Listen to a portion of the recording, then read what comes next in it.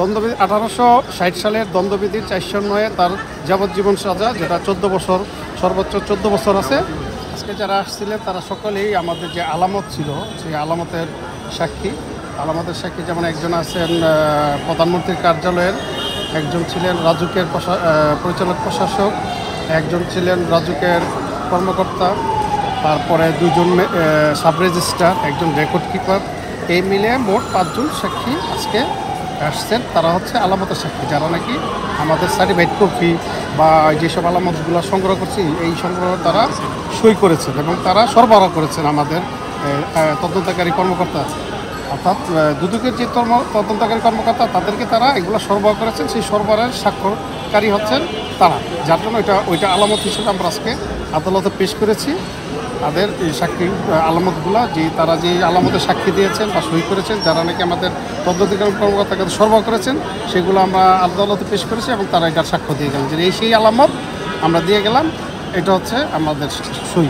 এই আলামতগুলো কিসের একটু ভেঙে বলবেন? আচ্ছা, আলামতগুলো হচ্ছে যেমন রাজুকের যেসব নথি, এখানে অনিয়ম, শেখ হাসিনা পরিবার যে অনিয়ম দুর্নীতি করেছেন, এই প্রত্যেকটা ডকুমেন্টস এইগুলো আলামত, মানে প্রত্যক্ষ ডকুমেন্ট এবং জলযন্ত্র ডকুমেন্টস এগুলো। মানে এক্স্যাক্ট কোন ধরনের নথি আজকে জমা পড়েছে? যেমন আপনি মনে করেন একটা দলিল করেছেন যেটা করার কথা না, নিয়মের বহির্ভূতভাবে রেজিস্ট্রি করছেন, সেই দলিলের সার্টিফাইড কপি এবং আবার যেসব অর্ডারগুলো দিয়েছেন প্রধানমন্ত্রীর কার্যালয় থেকে এবং রাজুকের থেকে যেসব আদেশগুলো দিচ্ছেন, যেগুলো দেওয়ার কথা না, রাজু কানুর যে সেই আদেশগুলো, মামলা নম্বর হচ্ছে বিশেষ মামলা 25/2025।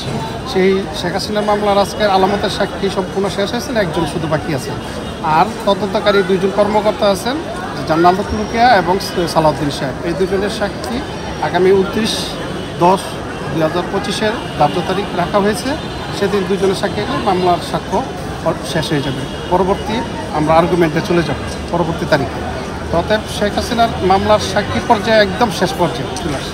আজকে প্রমাণ হয় এই জন্য গুরুত্বপূর্ণ যেসব আলামতগুলো তদন্তকারী কর্মকর্তা গ্রহণ করেছেন রাজুক থেকে এবং গণপূর্ত মন্ত্রণালয় থেকে, প্রধানমন্ত্রীর কার্যালয় থেকে, এই যেসব অর্ডারগুলো হয়েছে, যেসব কাগজ ডকুমেন্টসগুলো হয়েছে এই প্লট বরাদ্দের ক্ষেত্রে, সেই ডকুমেন্টসগুলো তাদের মাধ্যমে আমাদের তদন্তকারী কর্মকর্তা গ্রহণ করেছেন। সেটা সে আইসা আদালতে বলল যে সেই ডকুমেন্টস এটা আমার দেওয়া, আমি আমার স্বাক্ষর, এটা জাস্ট এটা তারা প্রমাণ দিয়ে গেল এবং তাদের গুরুত্বটা এতই, তাদের স্বাক্ষর ভিত্তিতে আমাদের সাক্ষ্য প্রমাণিত হইল যে এই সম্পূর্ণ প্রমাণ আজকে তারা দিয়ে গেলেন।